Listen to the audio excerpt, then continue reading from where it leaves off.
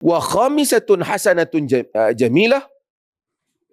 Yang kelima tu yang paling indah ciri dia. Yang dia tambah, innahum wa amna'uhum min zulmil muluk. Mereka orang yang paling mencegah kezaliman raja-raja. Kenapa Rom dapat maintain kekal sebagai satu masyarakat yang kuat? Even di barat sekarang kita tengok. Kan walaupun dia sebut innahum la ahlamun nas 'inda fitnah, orang yang paling santun bila menghadapi fitnah kan. Wa asra'uhum ifaqatan ba'da musibah, yang paling cepat bangkit bila berlaku musibah. Wa aushakuhum karrah ba'dal farrah, yang paling cepat bertindak balas kan. Lagi wa khairuhum li yatimi wa dha'ifi kan. Wa miskini wa yatimi wa dha'if, yang paling baik untuk orang miskin. Yang kelima, kerana mereka tidak membiarkan kezaliman. Berlaku kezaliman raja-raja di barat, kita tahu, tetapi kalau kita lihat sekarang kita cakap pasal Trump umpamanya. Trump ni kira paling besar lah kuasa dia. Dan dunia ni. Pun begitu dia kena balance kan kuasa dia. Dia nak ambil satu keputusan, nak kena kelulusan itu dan ini. Tidak ada wewenang. Dan walaupun kita marah kat Trump ni, tapi kita lihat pemberita masih boleh bertanya dengan soalan-soalan yang dia pun tak tahan. Dan pemberita tu masih lagi boleh balik ke rumah dengan selamat. Esok kerja lagi. Esok boleh kerja lagi. Kalau dalam sebahagian negeri kita tanya begitu, kita letakkan kat dia 3R, pakai tak balik lah dia. Ini satu hal yang mungkin kadang-kadang kita nak kena semak balik. Bukan kita suka dengan semua yang ada elemen di barat itu. Tetapi saya nak sebutnya, mesti ada check and balance. Mesti ada check and balance. Saya, antara perkara yang saya selalu ingat dalam hidup saya sehingga mati, kata-kata ataupun titah Duli Yang Maha Mulia Raja Perlis pada saya. Dia kata bahawasanya, Datuk, tugas Datuk ialah bercakap benar kepada saya. Datuk jangan fikir saya setuju ke saya tak setuju. Datuk cakap yang betul.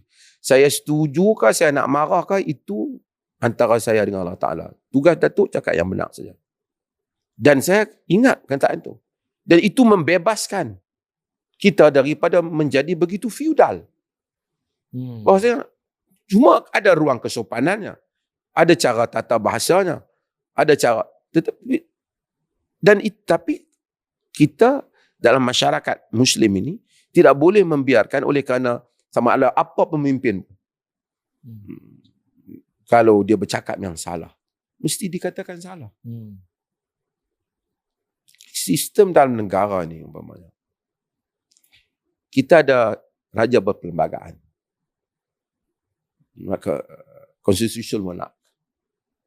Jadi dia imbang, ada undang-undang, dia tidak mutlak. Itu bagus. Kita tak boleh ulangi apa yang berlaku dalam sejarah-sejarah Melayu. Cerita hantuah, cerita hanjebat, cerita apa? Sultan Mahmud mangkat di Julang.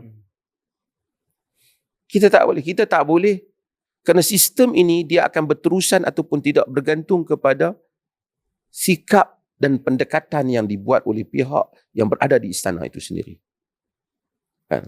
Jika rakyat semua mendengar berita baik tentang kesopanan, keadilan, sikap sayangkan kepada rakyat, dia akan menjadikan sistem itu berkelangsungan. Kerana sistem ini sangat bergantung, kerana untuk berkelangsungan itu juga tidak mudah. Kerana dunia di sekelilingnya, sistem itu sudah tidak dipakai oleh manusia lagi, melainkan sedikit. Di Europe ada, tetapi sangat sudah hanya menigi simbolik yang tidak ada apa-apa lagi. Seremonial. Tapi kalau rakyat mendengar tentang, kalau saya kata, mendengar cerita pukul orang ke, bertindak kepada orang lain secara kejam dan orang nak bertindak balik tak boleh, ataupun mengambil projek-projek dalam negara ini, walaupun hak orang lain ada, tapi diambil dengan menggunakan kuasa yang tak boleh dicabar. Kerajaan terpaksa beri, walaupun melampaui tata kelola pentadbiran yang baik, kerana dia nak. Kalau hal ini menjadi buah mulut awam, dia hanya membuahkan kebencian. Dan generasi yang baru ni, mereka tidak ada lagi nilai-nilai dahulu. Dan ini akan mencepatkan sistem itu akan pergi. Saya bercakap untuk jujur. Maka untuk mempertahankan sistem ini, termasuk juga dalam politik. Politik telah berlaku. Dulu ada parti yang begitu mutlak. Hari ini kita lihat, tidak lagi siapa parti pun yang boleh dominan. Rakyat sudah tak mau lagi parti yang dominan. Yang boleh kata apa saja dia kata, letak kayu pun menang. Tak ada lah sekarang. Dan kalau itu berlaku, dan sistem ini juga berubah. Bila ia berubah, dia tak akan patah balik. Sebab itu bila berlaku krisis-krisis, kenyataan-kenyataan pihak-pihak tertentu yang tidak lunak dan berita-berita tentang soal harta, soal projek, soal bagai-bagai lagi ni yang menjadi buah mulut rakyat. Hal ini hendaklah berhati-hati kerana ia akan mencepatkan proses yang di dalam dunia ini, proses itu memang dah berlaku. Dia mungkin ada sebahagian pihak anggap sensitif, tapi saya bercakap sebagai satu orang pemerhati yang melihat. Saya bukan orang yang bermusuh dengan istana, saya bekerja dengan istana. Tapi ini bercakap dalam hal yang benar. Kerana contoh-contoh yang tidak baik ini, walaupun kita anggap, sebahagian orang tu dianggap dia begitu powerful, hartanya banyak, dia boleh buat apa sahaja. Bahkan tindakan-tindakan yang dibuat sehingga memangsakan orang lain pun difikir orang tidak boleh bertindak kepadanya. Dia jangan tersalah langkah. Orang yang seperti Bashar al-Assad juga dengan segala ketenteraannya turun dan hancur, menjadi buruan rakyat apabila sampai tempohnya.